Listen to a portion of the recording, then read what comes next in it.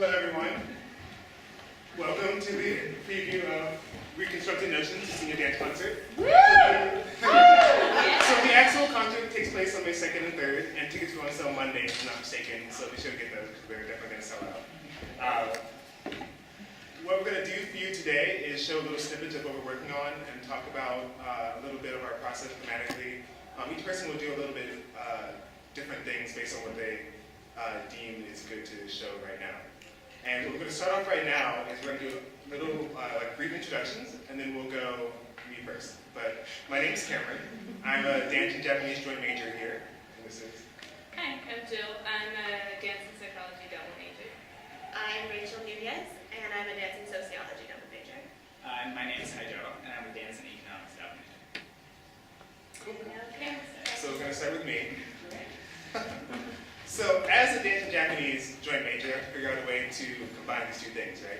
So what I'm looking at my process is at this postmodern style of Buto. And Buto is a style that came in Japan after World War II. And there are a lot of different ideas about what started it and how to define it. So Buto is one of those things out there that I say it whenever I talk about this is it's defined by its inability to be defined. So one of the things I was looking at in my creative process was how do you define, how does this piece how do I enable myself to call this piece Buto? Yeah. So Buto as an art form was created to defy typical traditions of beauty and typical rules as defined by the institution that we're all a part of as society. And so in that vein, a lot of Buto dancers will cover themselves in white makeup to, in some schools of thought, symbolize the ash from the atomic bomb. But another school of thought is that covering yourself in white makeup is, once you take away the personality, you become representative of humanity as a whole.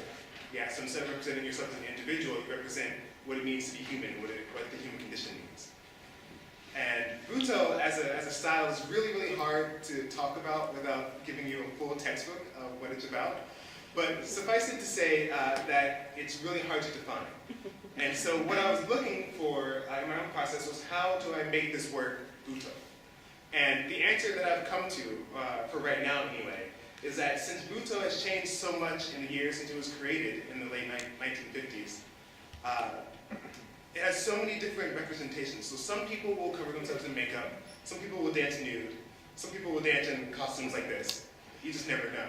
So my idea is that if you can create a work, and the creative process involved in making that work is heavily influenced by Buto, involves Buto research, but also involves techniques used in the creative process when Buto was being created, then that work can call itself Buto. So for example, one of the themes in Buto is limitation, regression. There are themes of improvisation. There are themes of emptying yourself, emptying the body, and then placing emotions into an empty body. So that instead of dancing anger, you are anger in the dance. So in my creative process, I've been looking at those things and trying to include them as I create work. And for that, to me, is what defines Buto. So not necessarily what it looks like on the outside, what the final product looks like, but the process, because it was similar to the process that was used when Buto was being created. So as I said, one of the themes of Buto is improvisation. And so I'm going to do a little bit of an improvised solo for you today. This is kind of the costume, question mark, we'll see.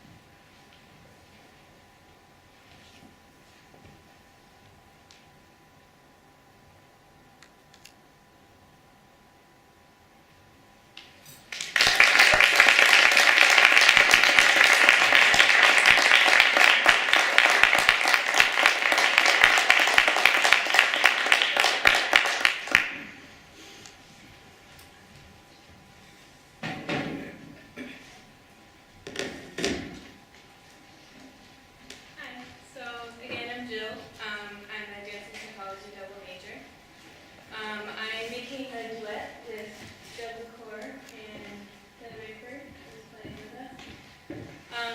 So this is a continuation of what we were working with in the fall.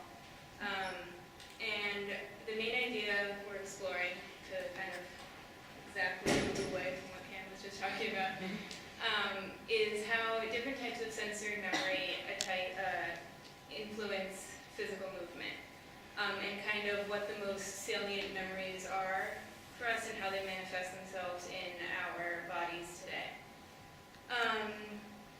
And with that, we're also looking at the idea of how the habits that we do every day, the very ordinary and mundane, how those can become surreal through the passage of time.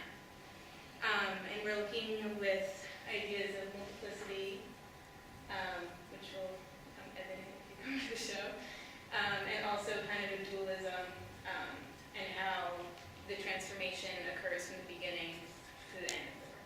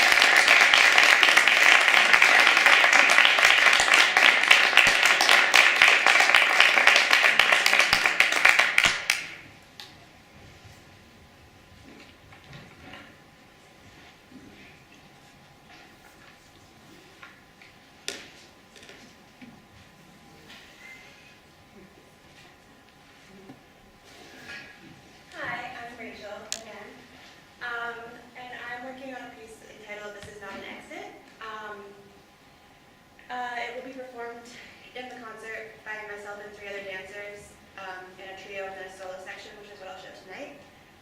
And essentially what I'm working with in this piece started out in some explorations I did in the fall, where I was working with some very theoretical concepts about objectification and gender, and essentially how we treat bodies that are dancing or performing or in general there for viewing pleasure. And as the work has grown, I found myself growing more and more distanced from my initial sort of distaste or anger from those concepts. And so now I'm sort of exploring the duality between the sort of social truths that we accept, sort of not blindly, but knowing that they're true overall, and how those are reconciled within our actual bodies of whether or not they feel true to us. So basically, it's a big, long exploration of truth. And I'm going to show you a part of it now.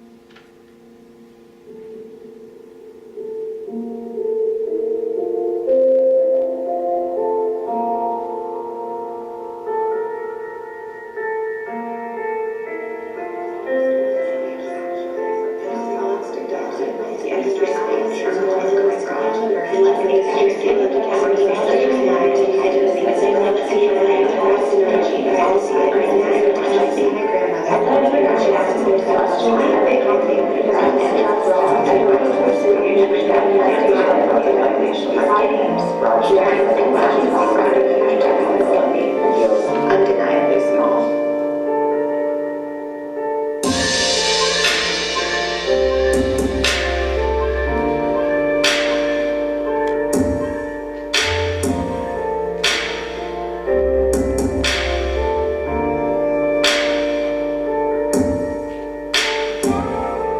What do you want? Consequences. I can tell repeatedly what I don't want with a chorus of stop. How do you tell someone what you want when you know that it's more than you can have fairness? Aspirated bodies deserve neither deserve nor does not completing wants with needs.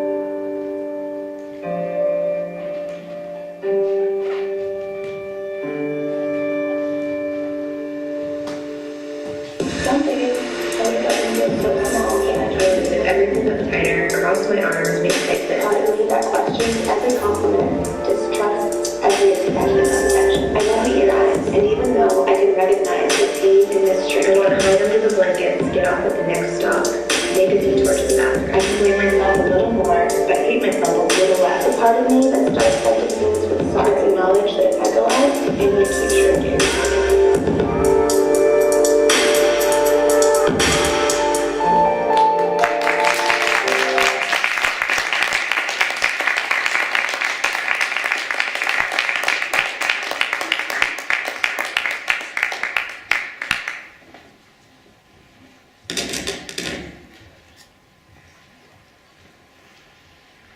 Hello, hi, and I'm a dance and economics double major, but I'm not bringing anything from economics.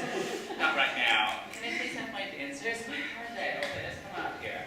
I'll look for 5 dancers right now, and only 3 of them can make it tonight, so I'll let them just introduce themselves real quick. Hi, I'm Rachel, sophomore. I'm Cynthia, also a sophomore. I'm Palami, I'm a exchange student from Japan and I'm a junior. So different from my 3 fellow seniors, I will show small parts from, different parts from my piece right now.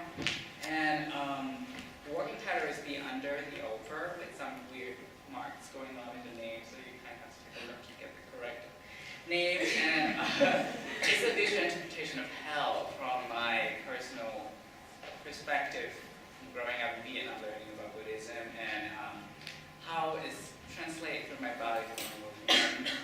And it's connected to some personal stories from my life as well, and I'm kind of drawing in to suck it in because I kind of think of the 2 things to be connected to each other, hell and something that happened to me in the past. So let's start with some movement. Let's have now demonstrate the first part. So this is in the beginning of the group piece, and I'm just going to play my sounds for it, and then she will show you.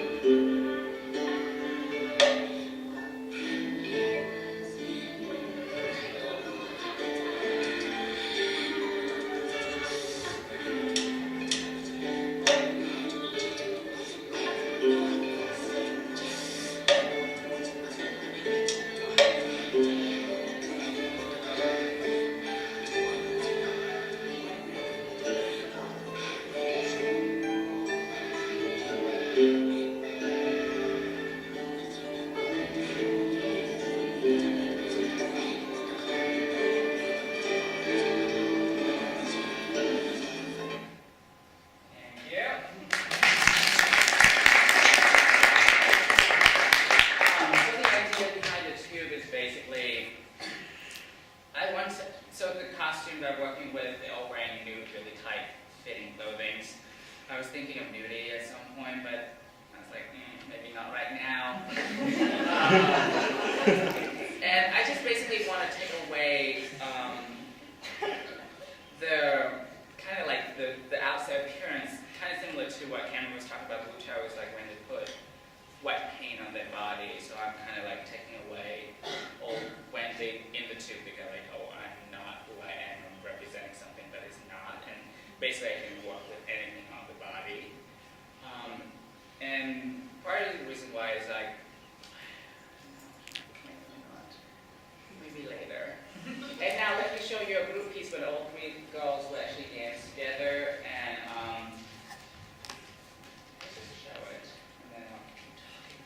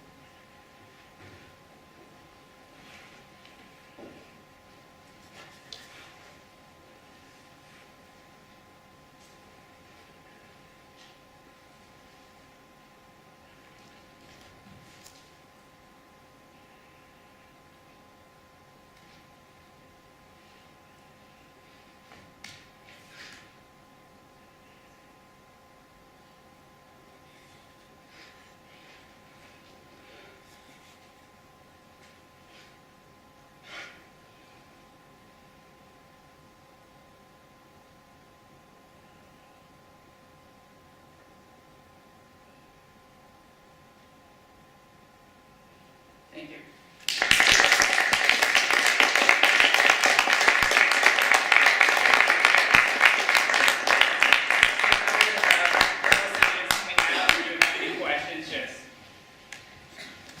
Here's your time. So tickets go on sale Monday, May 2nd and 3rd. Be sure to get 8 p.m. Yeah, both days. Be sure to get them because there's so many things, so many dancers you haven't seen tonight, so many unexpected things, really great things that are going to happen. We don't want to tell you about because we want you to come see it. It's going to be great. So buy tickets. Yeah. Any questions? Yeah, I'd like to open this up now for Q&A. If any of you want to stay, Of course you want to stay. talk about or work with you more, and we'll be here. Yeah, we all go here.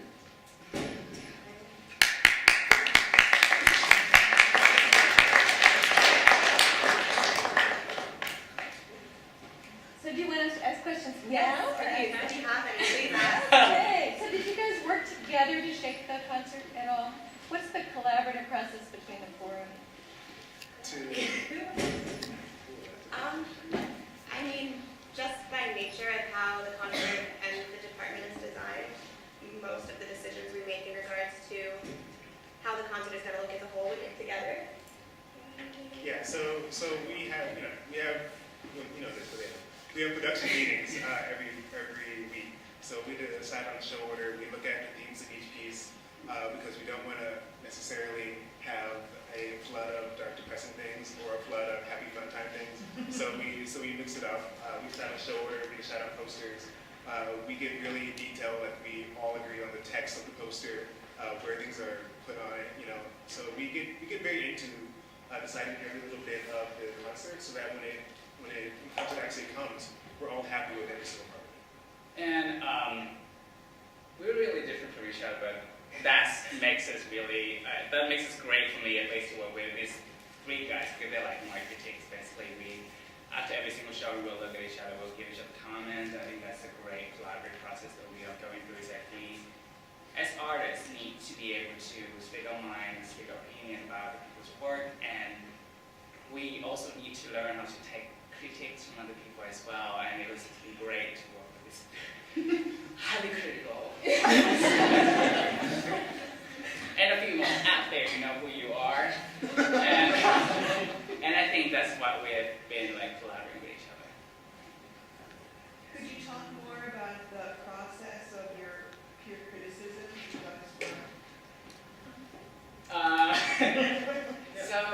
We go through a 3 showing process before the show, and we're about to have a 3rd showing next Wednesday, so we're working on it right now. So 4:30 p.m. here. Yeah. So you can come to that. It's open. And then after we talk to each other, either in a formal setting, we have production, we can talk about it, but like we usually just grab each other. It's like, so what you think about it? Like, what did you see? And we're really close to each other too. And we spend like all our time together, and we just keep talking, and we take a break to eat once in a while. And in those review sessions, we look at each other's work from a number of different perspectives. So some of us might see themes within the movement that was created, and it's also very important because we all come from different backgrounds. Then also the Middlebury curriculum here is very good about learning how to view work from an economic perspective or a socio-economic perspective, or like different departments coming in, and so you can always get more feedback from these guys, feedback that's better than lifting a leg high. You can get people to ask you, well, what does it mean? Like, why is your leg here as opposed to here? Things like that, and it makes you question your own work, so that you can go back into the process and make it better. I think something that's also really important about our process together is that a lot of us are very emotionally close to the work we're making, and it's sometimes hard to step back and say, okay, but is that really what I'm trying to say, or is that just what feels right because I'm making it? And I think we're a set of individuals that knows each other well enough to be able to call each other on that, but it's still an outside opinion at the end of the day, which I think is nice. Yeah. Are you thinking about making these pieces for audiences outside of the college, and like what kind of audiences would you envision showing your work outside of the school? Yeah, I did think about the fact that it's going to be shown to a college audience when I make certain decisions in my piece. I'd love to bring this home back to my country where I come from and show them. It'll be interesting. I don't know how they're going to react to this. It's great to show what to your college community. It's oh my God, they're coming to see you, and it's a very, how you say it, it's a warming and welcoming audience, I would say. It's just compared to certain other places, why is it not up there and and yeah, so I don't think I think this is what I'm making from Middlebury College. This is what I'm making from the Middlebury College audience, I would say. At least from my That's what the economist comes in. yeah, maybe if I bring it to New York City, you will all have to be naked.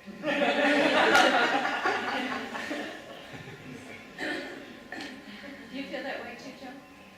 I would love to do mine outside. That's not so much for the audience, but space-wise, I just think that would be awesome. And Taylor walking around with this guitar outside. So maybe someday outside. I'm hoping to bring it to New York in the fall of 2014. So stay tuned. But as far as the audience, I'm hoping to show it to people who have never seen Buto before and get their reactions, positive and or negative. And then also show it to people who have seen Buto before, so that they can tell me if the work as a whole makes sense, if they see the entire work as a Buto piece, or as you might see in the actual concert, only certain sections of them read as being able to be defined as Buto. Yeah, and for me, I think the audience I have a very interesting relationship with the audience with this piece, partially because of the themes that I started out by exploring, but because so much of my dance background has been a presentational, audience-oriented setting, I'm sort of trying to make this work bearing in mind not what the audience is going to see or enjoy, but bearing in mind what's true to what I'm trying to say and what feels right for me, and then the audience can come in later. Yeah, that's about what I did. So I saw the pieces in the fall, and Rachel, you had said that you had switched a little bit from what you had started with. Did the other, and you can talk more about that, the other dancers find it when they came back to the piece, they discovered they were switching in a way they didn't think they were going to? Well, I can answer that pretty easily just because I did a solo in the fall, and now I'm doing a group work, which is a very different experience. When I read a lot of what Buto writers talk about, they say the perfect way to perform Buto is improvisation in a solo. Hence that. But in the fall, it was choreographed, and that was a different experience. But now I have to take all these Buto ideologies and teach it to 4 other people in a limited amount of time, and also make a piece somewhere alongside of that.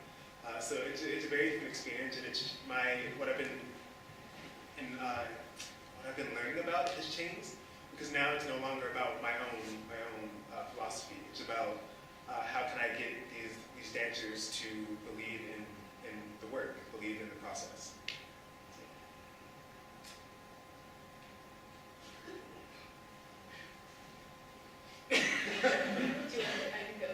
Okay, that's great. Yeah, I need to think about this.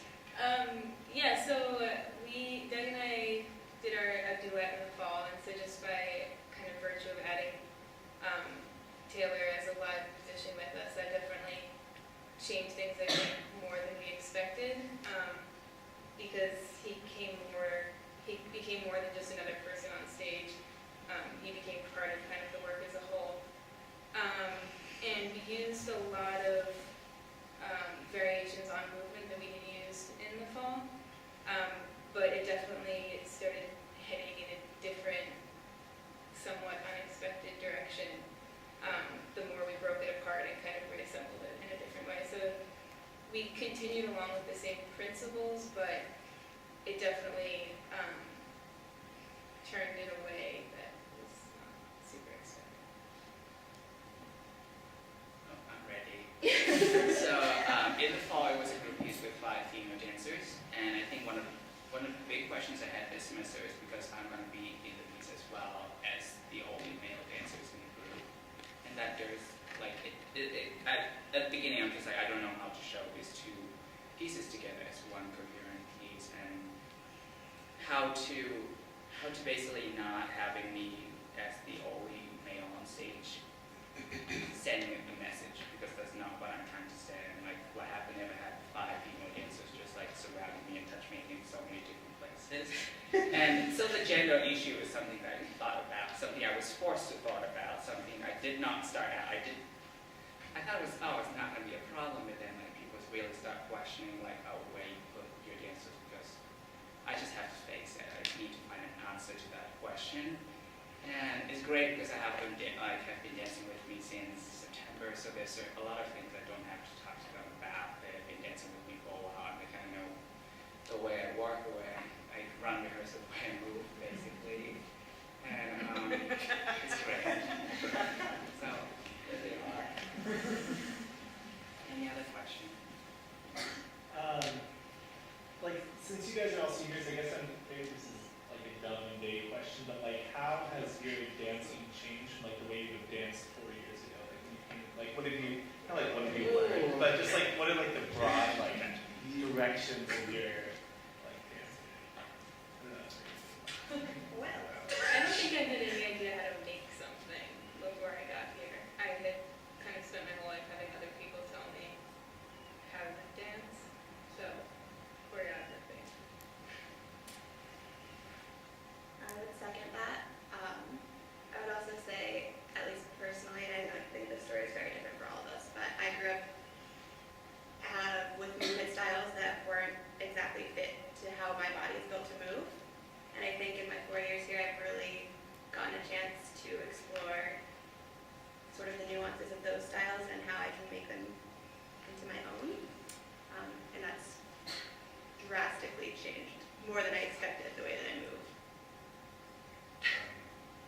Yeah, we're on kind of the other side of the room. Yeah. And then we both started dancing here. So I would think that how I've changed is that I've learned more of the rules. Yeah, so the kind of idea is that you can like learn the rules and then you can break them after. And I think being here, I've learned some of the rules in various styles, and then I can consciously say, okay, I want to make this look more balletic, or I want to make this be like a broken ballet kind of hip-hoppy feel. Like I've learned the rules for a bunch of different styles, so that I can say, okay, I like this, I like that. What are the connotations of this? What does this mean? What kind of movement would go best with this kind of theme or this kind of movement piece? So choreography as well. So much has changed. So I just left 60 freshman spring with Ann girls, and now I'm here making the pieces. I have no idea how that happened. But there's one thing that stayed the same though, is that I constantly think about the fact that think about where I come from and who I am as a person and how it panned out to me learning all of this, basically. I came into this department thinking that I'm just a white piece of paper without anything written on it. And I think what I realized throughout the process of being here is I know there are like other things, kind of similar to what Jill is exploring in her pieces, like things that happened in the past kind of affect the way you moved. And as one big like realization and acknowledgement I realized is like the fact that I didn't dance for 18 years, but those 18 years really shaped the way I moved. And it's good to know it